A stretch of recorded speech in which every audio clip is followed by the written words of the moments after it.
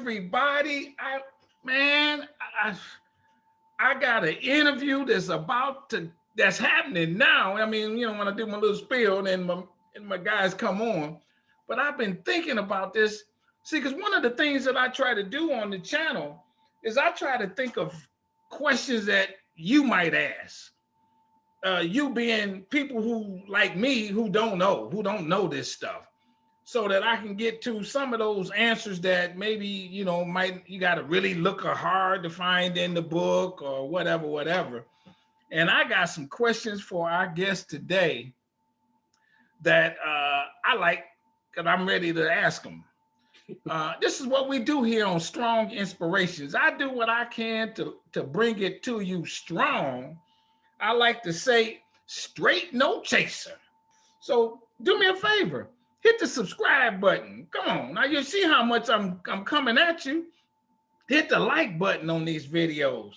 Hit the notifications bell so when I put a new video up, and I'm doing now, man, I'm doing about 3-4 videos a week. And then do me another favor. Come on, people. Tell somebody about Strong Inspirations. Let the word get out. Don't keep it to yourself. Let the world know about us. And the easier thing also is I got this movie, and you can watch it on your laptop. It's on Amazon. It's streaming on Amazon. It's called Business in the Black, The Rise of Black Business in America. And it's 75 minutes long. We talk about how slaves went to college and how they learned to read and write, what racists did to destroy Black business districts. We named Black millionaires in the 1800s, names that I know you don't know. I know you don't know them because I didn't know them. Get you a copy of the DVD or watch it on Amazon. It's so good that I wrote a book about it. And that's the book. It's called Black Business Book. And it's not a lot of commentary because I just give you the fact. And then I give you the reference section. This is kind of what it looks like, everybody. I give you it's easy to read. And I got some quotes in there to make it flow easy. And then I got a few photos. But oh man, this book is good. And I had one lady call me. She sent me a message. She said, "Hey, I like your book so much. I keep it with me in my purse because it's easy. You can put it in your purse or something like that." And I share it with people and tell other people. And she sold 40 books. And if she didn't like it, she didn't have to do that. And so the book is also on Amazon in hard copy and also as an ebook. And it's available, in America, but it's also available in Canada and the United Kingdom. And then also it's on my website, Inspirations by Strong, because everything I do is strong. Strong is my word. I've been saying it a long time. I like strong, because strong go with everything. That's what strong is. So come on, we about to go strong on you with my guest today. And you're gonna like this. I'm telling you're gonna like it. So come on, sir, introduce yourself. Tell us a little bit about who you are. Well, thank you for having me. I'm Untitled. I'm in Macon, Georgia. And I've been a historian for about how long is it here? 15 years by now. Okay. I've written a few books. Most recent one that some of your readers or listeners, viewers may be interested in is the Civil War Battles of Macon. It's very short. I can actually grab it here from behind me. Yeah, there you go. Show us the book. Very short little book, not very detailed, very long, so you can hopefully not read it in one night. Yeah. Now, how did you get to like history and this type of history in particular? That's a really fun story, actually. I was not a big reader when I was growing up as a kid. And it came about that the movie Gettysburg was showing on TV when I was growing up as a kid in Germany. And class the next day, this thing was going to go until midnight. So unfortunately, the VHS tape. Well, when were you introduced to Black history and what you study in Germany or what? The Civil War, I kind of started in Germany in the late 90s, but really kind of the scholarly side came in the early 2000s when I started college. And you went to college in Georgia? Actually, I started in Louisiana, of all places. Okay. Cheapest place in the country. Yeah. And then I got my PhD in Arkansas. So I'm very Southern in that regard. Really? So now, what we're gonna talk about, people? Let's get it on. You want to talk about the Civil War? Let's start at the beginning. Why did the Civil War happen? What's the short story? Well, the one word story is slavery. I mean, there's no beating around that bush. And that's, I mean, you just look at the secession declarations of places like Mississippi, and it's like they're very openly saying that our cause is directly related to the cause of slavery, because we're fearful that newly elected Republican Abraham Lincoln wants to take our slaves away, wants to create racial equality and prevent us from taking our property wherever we please. And as a result, Mississippi and some of the other southern states said, yeah, we're leaving. Okay. Legally, obviously, there's a whole question whether that's, you can do that or not. And I think the other part that's interesting to think about is like, I mean, come on. He doesn't have the constitutional power to do these things that you're claiming he wants to do. So why are you leaving? Yeah, I got you. So now slavery, I mean, the Civil War begins where and how and what time?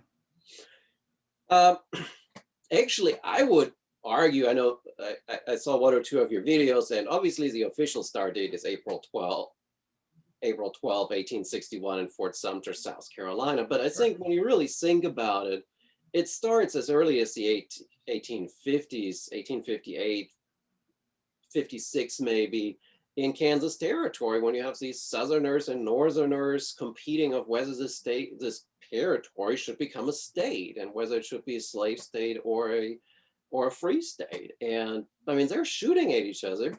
Oh, really? They got cannons out there, these settlers from the two sides. I mean, there's violence across the border. I always joke in class when it's like, you got all these one-day Kansans, Missourians coming over the border to drink, be jolly, and vote, and manipulate the election results. Kind of nicely sinking in last year's election there.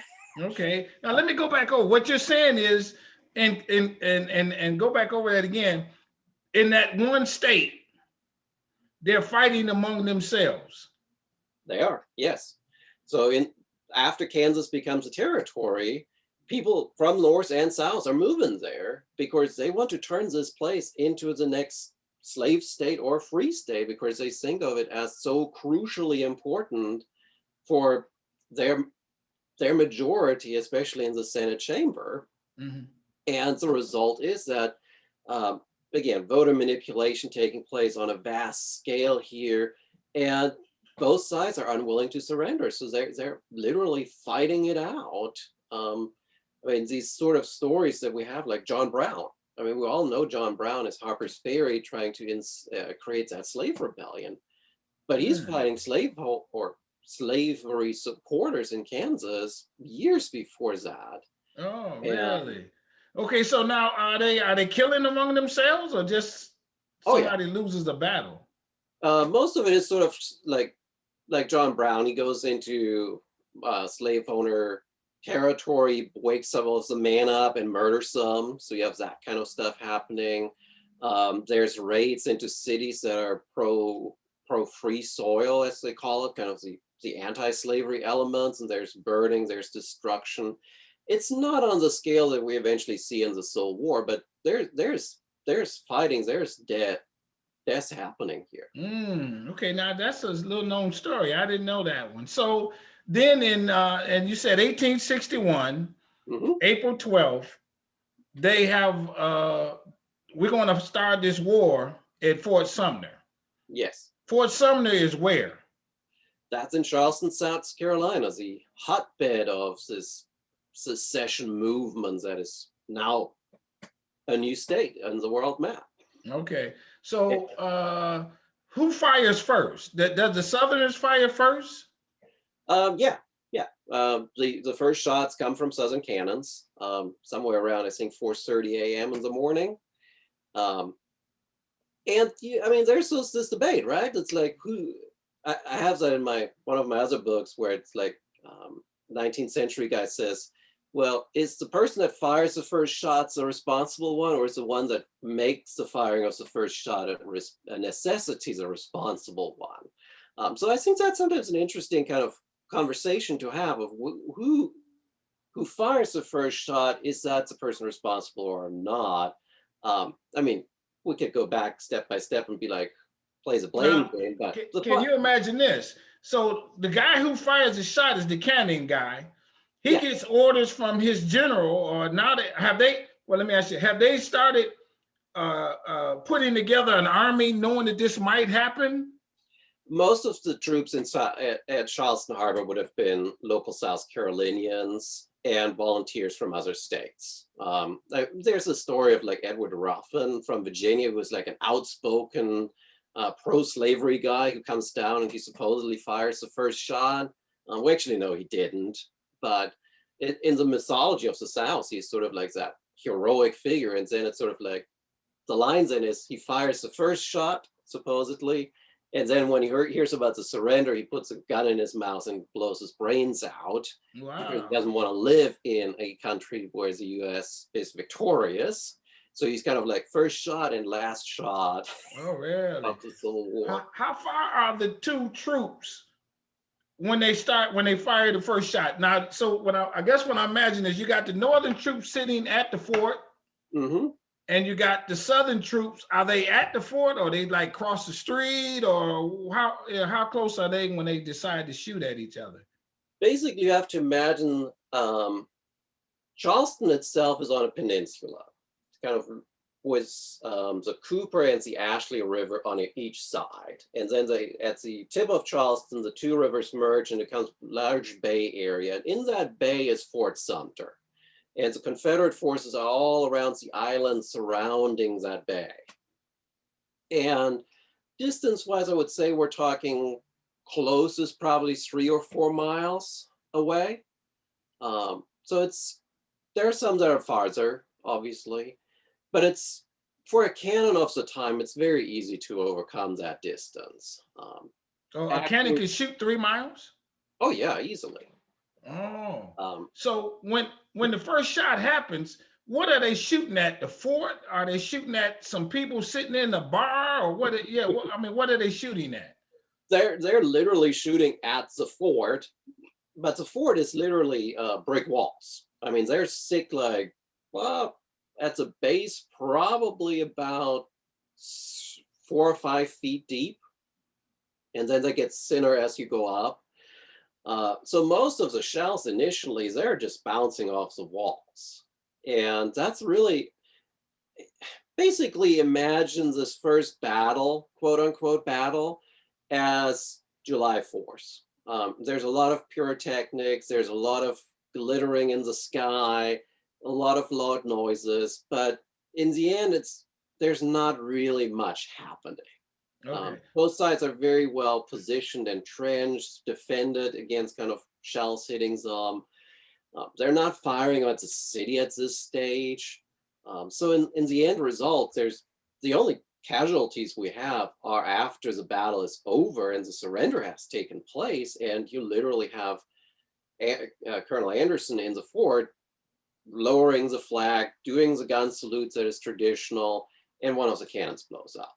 And the 2 men of the gun crew get killed. Now that's the northern guy, right? Okay. Okay, hold on, let me go. So the fort is manned by the Northerners. Yes. The Southerners are around the fort. Yep. So do the Northerners know that they're going to start shooting at some point, and they're kind of getting ready, like we're on alert that this might happen? It was expected on some level. But if you're sitting in the fort, if the enemy starts shooting at you, I mean, you obviously have a sentry out to kind of keep an eye out, but you're so well defended that you can let the first 10, 20 shots hit you, and then you start to return fire. You are in such a well-entrenched, well-positioned, well-defended position that the enemy can't really get to you because you also have all the water surrounding you. Oh, I got you. I That's got sort of you. the kind of going off on a tangent. That's the beauty of these coastal defenses, that these masonry brick forts were perceived as impenetrable. I mean, no one thought anyone could capture them because they're so thick walls that cannonballs just fall off of them, and especially like the times they have like overcome the distance to the fort from the cannon, there's a lot of the kind of punch behind the cannonball is gone. So it's like you it let me use a tennis analogy. When you first hit the tennis ball across the net, yeah, there's a lot of smack behind it.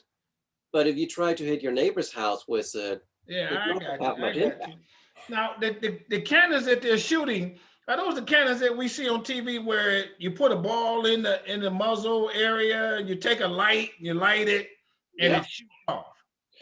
yeah, that's the main principle is that it will change in the course of the war, so that initially you have that cannonball and it sort of shoots out, and that's why you oftentimes elevate the cannon so that the cannonball actually, you don't point it at your target like we would today with a weapon. You're actually pointing it up so that the cannonball kind of elliptically moves down to the target and then I got you. explodes over it. So, Um, so a cannonball, it doesn't explode. All it does is hit you, right? Depends on the cannonball. Some I mean, but back cannonballs, in those times, the first cannonballs, did they explode? no, they did not. So it just First hit one, you. they just hit you. Or like in cases of like masonry defenses, like castles, it hits the wall and keeps hitting it. It's sort of like a chisel against concrete, that eventually if you hit it often enough with that chisel, that wall will come down. So that's sort of like an old-fashioned catapult, right? Okay, I got you. I got you. So you allude that over the Civil War, the weapons change, Hmm. and because of technology. Yeah. What kind of technology happens from that cannonball to what happens next, whatever? Um, I mean, let's face it, human beings are great when it comes to killing each other and inventing new means to kill each other. And really, the one of the biggest changes is that we we have the cannonball, and we'll eventually put, for example, a fuse into it. So you have to think of the cannonball as hollowed out and uh, gunpowder inside of it. And then we put a fuse into that. So we shoot the cannonball out, and the fuse is lit.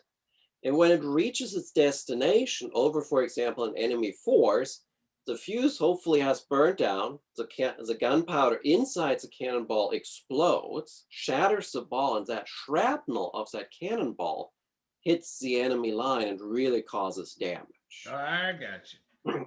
I There's got things like literally you can think of cannons in kind of a fancy shotgun fashion. you. I There's got you.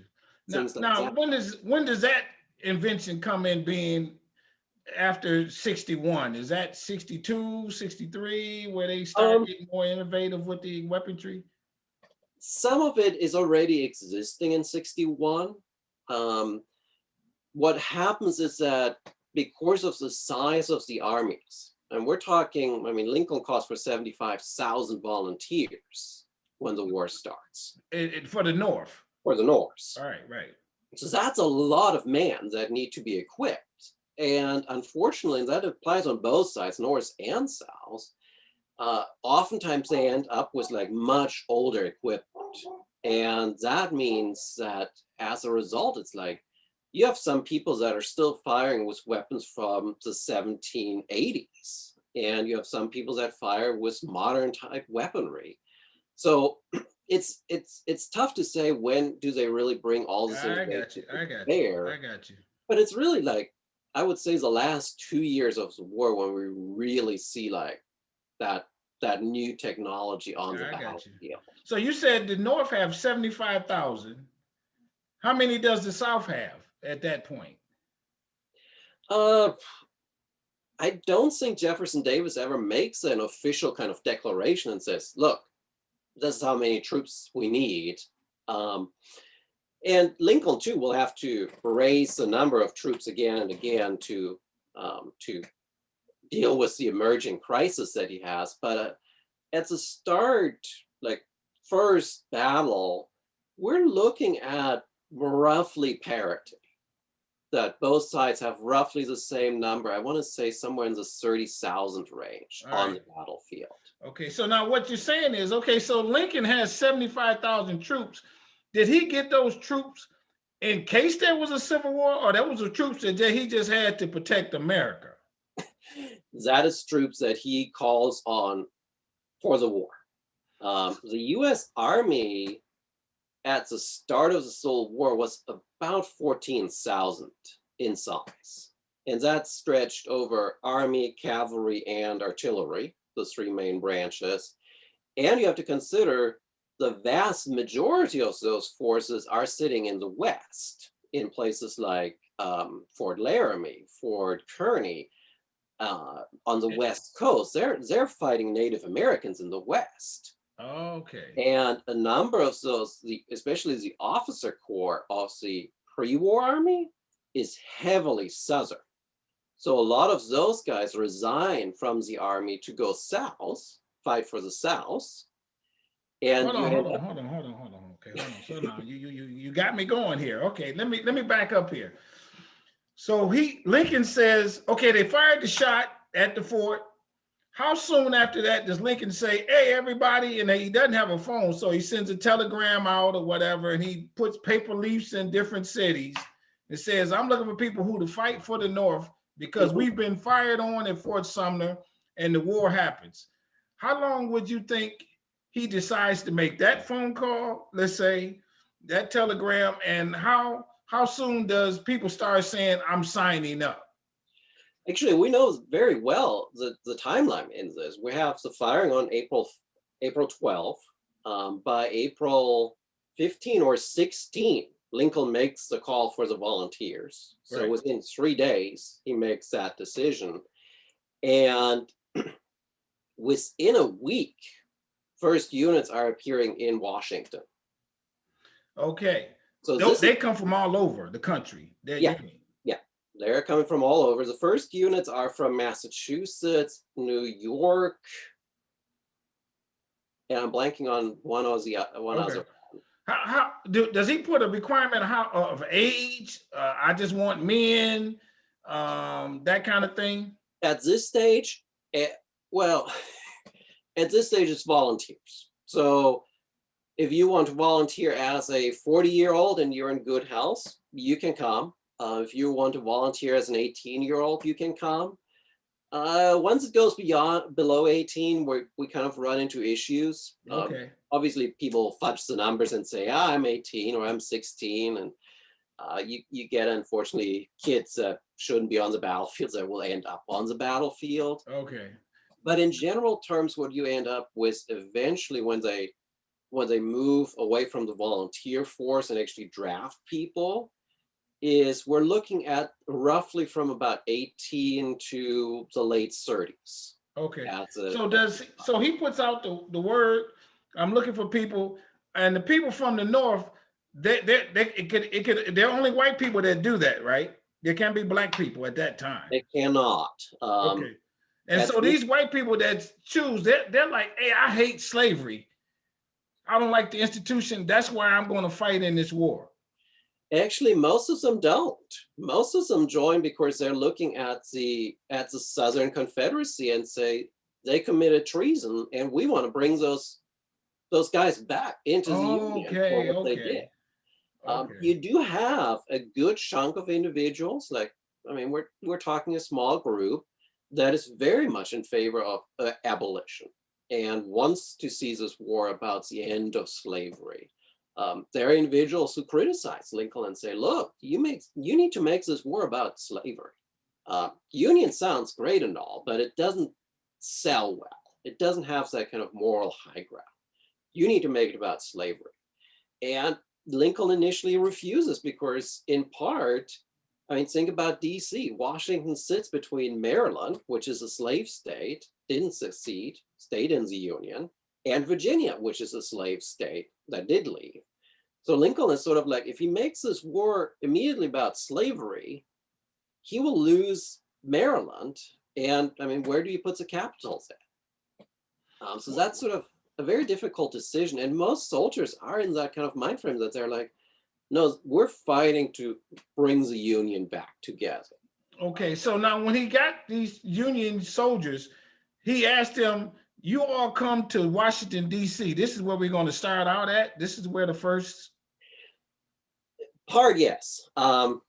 There's going to be a large concentration in Washington, D.C., but then you're also going to see concentrations in Cincinnati. You're going to see concentrations in St. Louis. And those forces are going to, all of these forces are supposed to push into the South.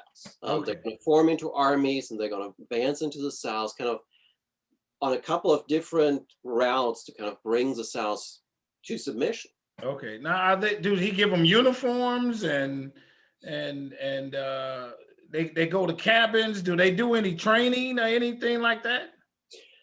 Most of the initial forces are actually state militias. So this is units that have been trained on the state level, sort of like our National Guards today. And they're just as units, like your town may have had 80 guys in the town militia, and they all decide, yes, we're going to volunteer, we're going to sign up. They go to, say, Detroit, and in Detroit you have like 5 or 6 of these that come together as a regiment of 1,000. I got you. And so many of them have training. I got you. When they get to Washington eventually, they're going to get trained as larger units then, of kind of like, how do you fire as a large unit together? How do you march as a large unit together? How do you kind of operate a couple of different regiments in a line of battle and move forward in synchronous? I got you. So most of the training in Washington will be more of the large scale I got you. stuff, but I got you. most of the soldiers going in have at least some basic experience. Now that same scenario, how does that work for the Confederate soldiers?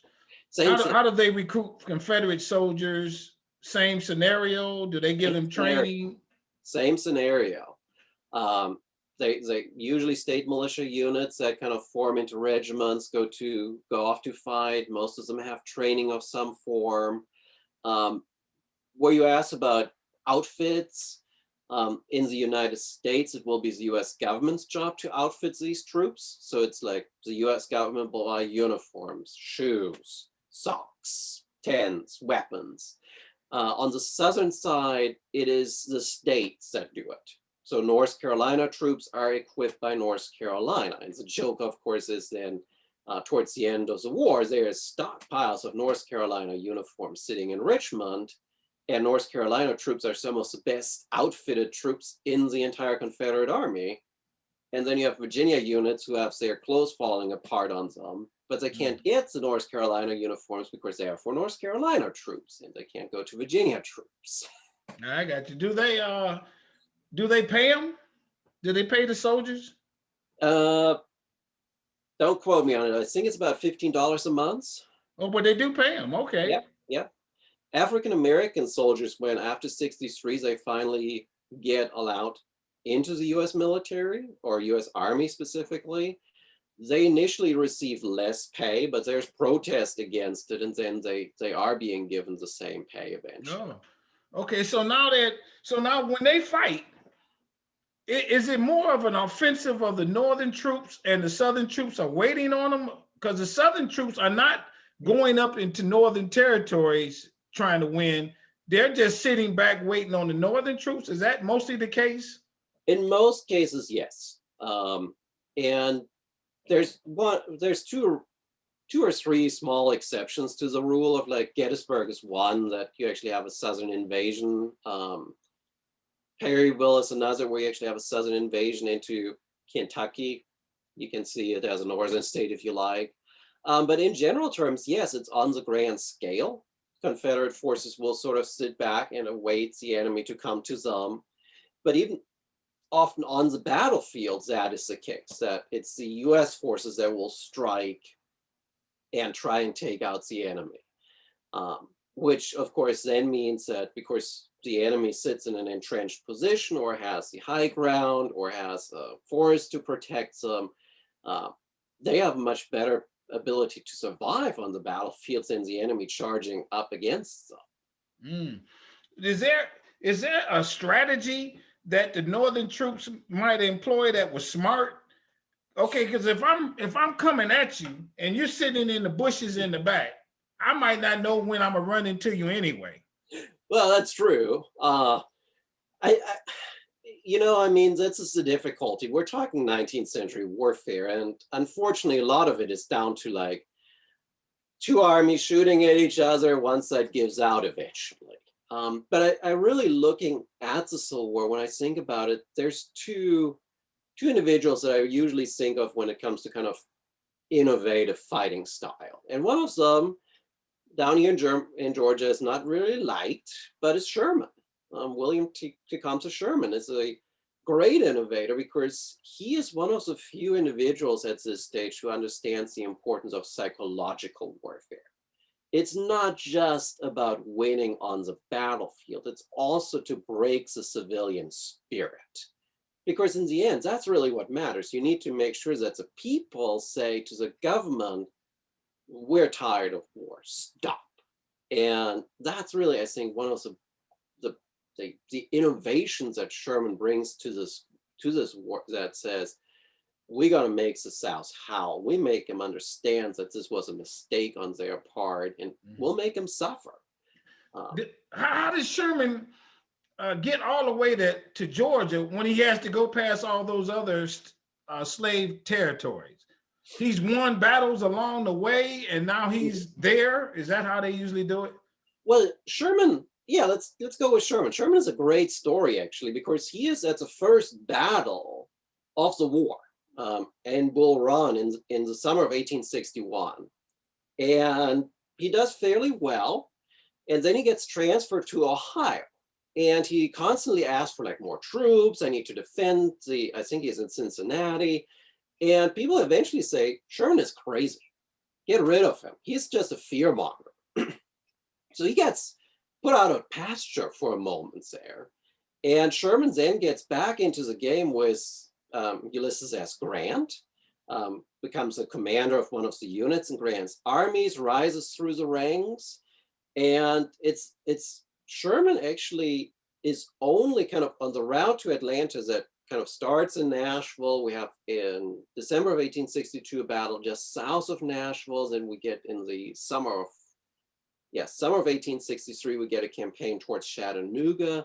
None of that Sherman actually participates in. He is just there in late 1862, 1863, when they liberate Chattanooga. And then he takes over and marches with the troops down towards Atlanta. Now, where you ask about like battles, Sherman actually is really fun because Sherman tries as much as possible to avoid battle. I mean, it's sort of like, it's paradox, right? A general that avoids battle. But in part, he wants to conserve his army. He wants to strike as deeply as he can before he has to engage in a massive bloodletting of his forces. Sort of like protect your manpower. And Sherman really, until he gets to Kennesaw, which is today, well, it depends on when you go, unfortunately, into Atlanta, because Atlanta can be a traffic mess. But it's stone's throw from Atlanta. And that's how far he got without fighting really a major engagement. Now, okay, so let me ask you this. So what they're doing is they're traveling south. They hit a territory, and they start shooting on the houses, or are the soldiers, do the soldiers say, okay, we're not gonna let you shoot in our communities. We'll meet you in the park, in the grass, in the woods, and we'll battle it out there. I'm just guessing if I'm saying this right. No, I think you're asking a really good question, because I mean, that's very few Civil War battles take place with both sides prepared for that. Really, I mean, like Gettysburg, I think is a great example that it's almost an accident. Like a cavalry commander decides this is a perfect place for a battle, puts himself in the way of the Confederate forces and starts the fight. And oftentimes that's what you sort of get. One army positions somewhere and the other decides this is a great place to strike them. And it's accidental. Sometimes they take place near cities, but really what you're looking at, kind of going back to what you asked, we're looking at a lot of farm states that are suffering as a result of these battles, that it's a farmer's field that all of a sudden becomes a burial ground after the battle because 2,000 bodies need to be interred somewhere. Well, this cornfield is just as good a place as any. How does a northern troop or a southern troop know that they've won that battle? Does the other guy leave and run, or they submit a white flag? How do you know you won that battle? The traditional way is that whoever is in charge of the battlefield after the battle is over wins, which means kind of like a boxer, whoever is standing at the end of the fight won. So that means, like, if the US military flees after the Battle of Chickamauga from the battlefield, they lost the battle and the Confederate forces won. And that's usually what happens, that at the end of the day, one of the armies withdraws from the battlefield. And thus the army. So the general says, run. Yep. Is that what he says? Run. In some cases, he runs with them. If you're Braxton Bragg of the Army of the Tennessee. Why did one force win over another? Usually because we shot better, it was more of us, better weaponry, what? Sheer luck. Sometimes it's just as you're just lucky that you had a force in the right place at the right time and you were able to hold it. Like, there's this one unit at Gettysburg, it's like the 1st Minnesota, I think. They get told, like, you need to hold this position or the entire line will break. And they're being pushed in there and they hold out, and a couple of them return at the end of the fighting. So sometimes it's just this, especially towards the middle and end of the war, when you have people that have gone through a number of battles, there's this sheer acceptance that to make this a victory, we'll put our lives on the line and we'll win this for our side. So there is some of this kind of stubbornness in it. But in the great scheme of things, when it comes down to it, who wins really depends on who placed their troops at the start in the right position, gave the best orders, and whoever emerged from maybe a couple more questions. Are the troops fighting by shooting, or is there some hand-to-hand battle? Most of it is shooting. You think of the movies, right? Of like, yeah, that's the guy with the bayonet and they're going to stab. Most of this, you don't use your bayonet because the bayonet gets stuck in the body and you're standing on the battlefield like, give me that bayonet back. Right. What you usually see if it's hand-to-hand is that the musket gets turned around and they're using it to club people, hit people on the head or in the body and kind of use that. But hand-to-hand combat is fairly rare during the Civil War. Most of it is longer distance shooting at each other and inflicting as much casualties at a distance as possible to force the enemy to withdraw. Now, when they're shooting, and I know you say the weaponry changes because of technology, I'm shooting you at a gun with a pellet, let's say at the beginning. Yeah. Does that pellet won't kill you, I don't think, does it? If it hits you in the head, it kills you, or hits you in the chest, it kills you, or most of the people just got hurt? Depends on where it hits you. There are some instances where the bullet can kill you. Obviously, if you have like the heart, if you get hit in the heart, if it hits an artery and you bleed out, it obviously kills you. Cannon shrapnel, if that kind of goes through on the side of your neck and you bleed out. So you do have those obviously as incidents. But you do have to consider that two-thirds of the individuals who die in the Civil War die of some form of wound or illness. So hospitals at this stage are dangerous places for the guy injured, because we have no understanding when it comes to germ theory. You get hit in the leg, and especially if it's been for a couple of days before they get you off the battlefield, I mean, then you have an amputation that takes place. If you have a torso body injury, I mean, that can be very painful and long lasting. I mean, in many ways, you have to think that I mean, there are instances where on the battlefield you get instantly killed. But as I say, sometimes the bullet kills you, not immediately, but it kills you eventually. And we have a lot of instances of that.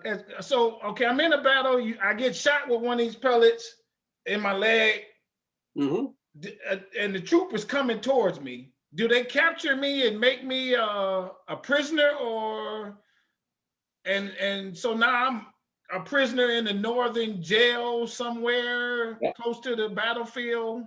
Yep. It will change in the course of the war. Initially, what you have is that they capture you, and if you're wounded, you get treated actually.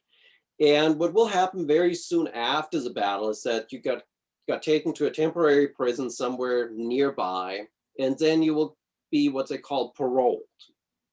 So you get a piece of paper that says, until you are exchanged, you can't fight again.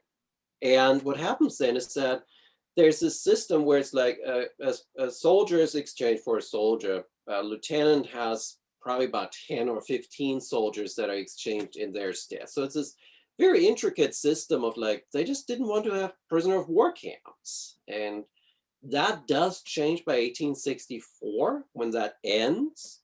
And as a result, you get these atrocious camps like Elmira in the north or Andersonville in the south, where you have 30, 40,000 people incarcerated. And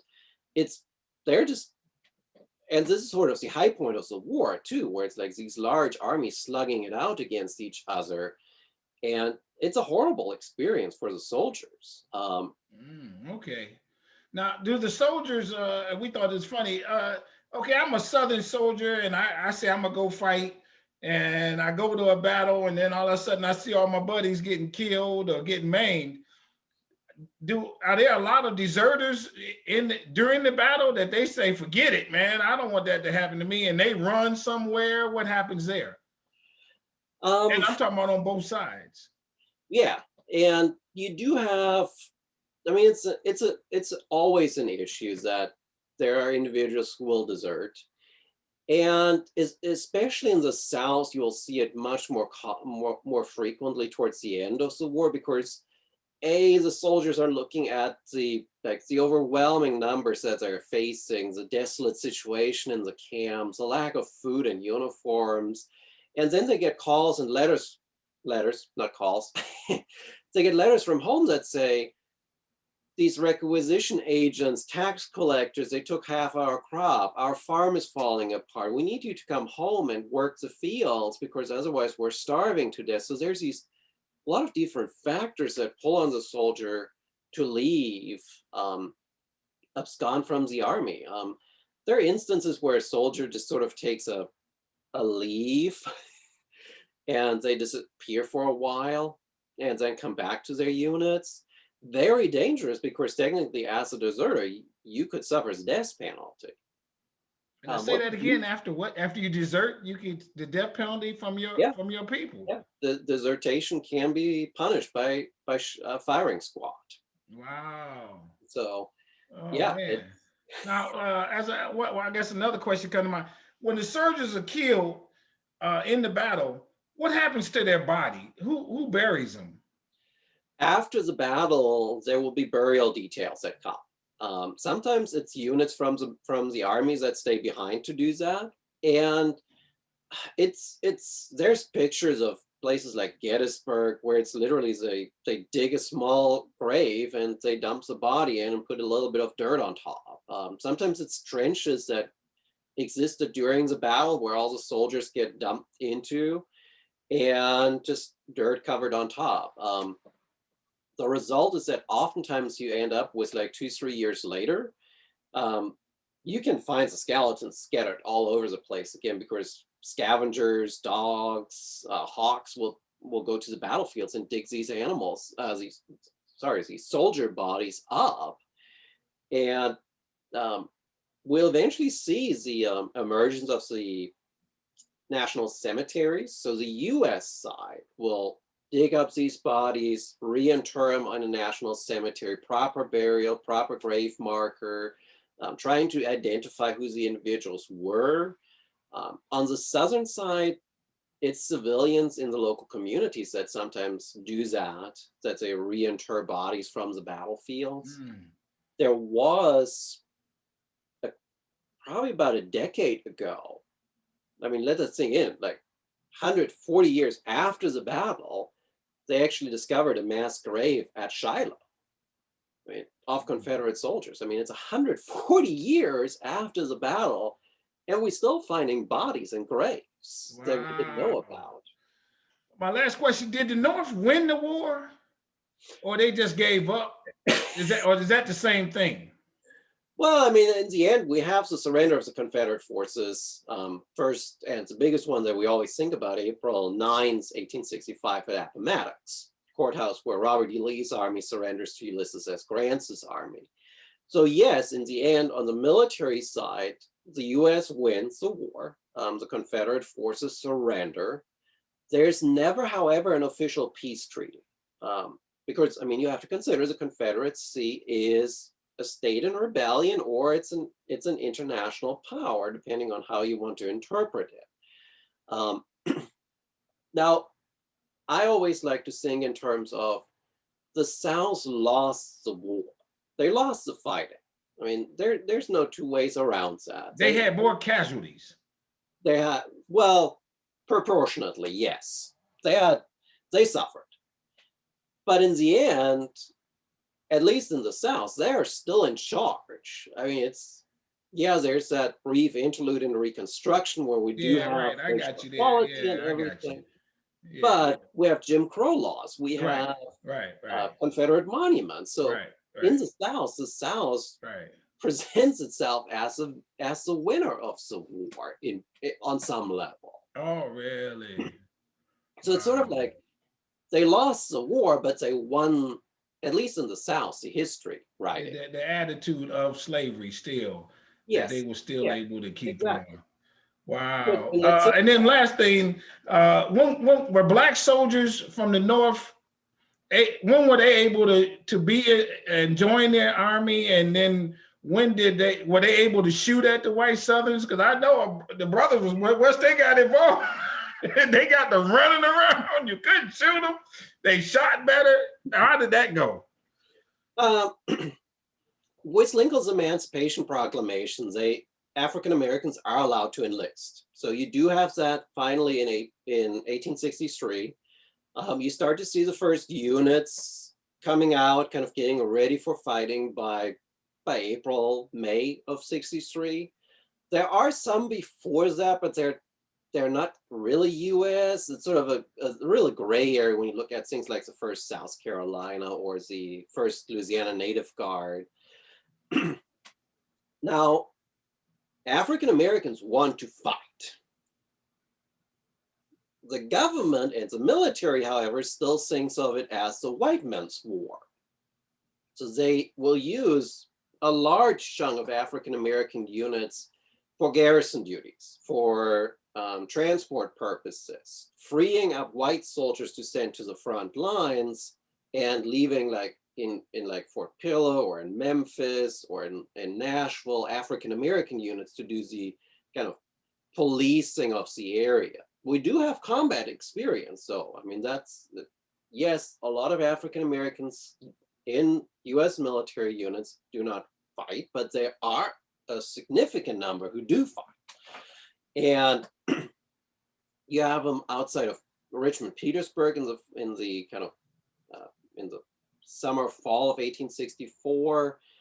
Sherman, as far as I can now say off the top of my head, I don't think he had USCT troops with him. There are U.S. African-American forces in Florida, for example, who will fight in battles. And even if you're not, even if there's a situation where you're in the back of the line, like the soldiers at Fort Pillow, they're sitting on the Mississippi thinking, oh, we're never going to see combat. And Nathan Bedford Forrest shows up and massacres most of you. So there are these instances where you think you're in a safe location, but you're actually not. And the arrival of African-American soldiers on the battlefield really increases, especially in engagements that they are involved in, the ferociousness of the fighting, where Southerners were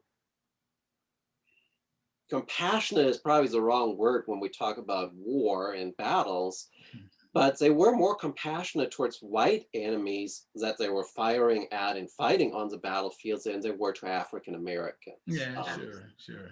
There's a lot more like a wounded African American is more likely to get killed instead of getting captured and treated. Yeah, sure. I can imagine that. Well, hey, I mean, we could go on, I'm sure, you know, for even some more questions or whatever, but you gave me the basis, and I'm sure you're my audience, of a little insight into the Civil War from a different perspective. And I truly appreciate, you know, you coming on Strong Inspirations, answering my questions and giving this information. So everybody, hit the subscribe button, hit the like button, hit the notifications button, tell somebody about, you can tell I'm in a real smooth, cool, laid back kind of mode. And I can keep going, but I'm gonna stop there, folks. We're gonna come back at you with some more of this good stuff. It's our history, and you can't sugarcoat that.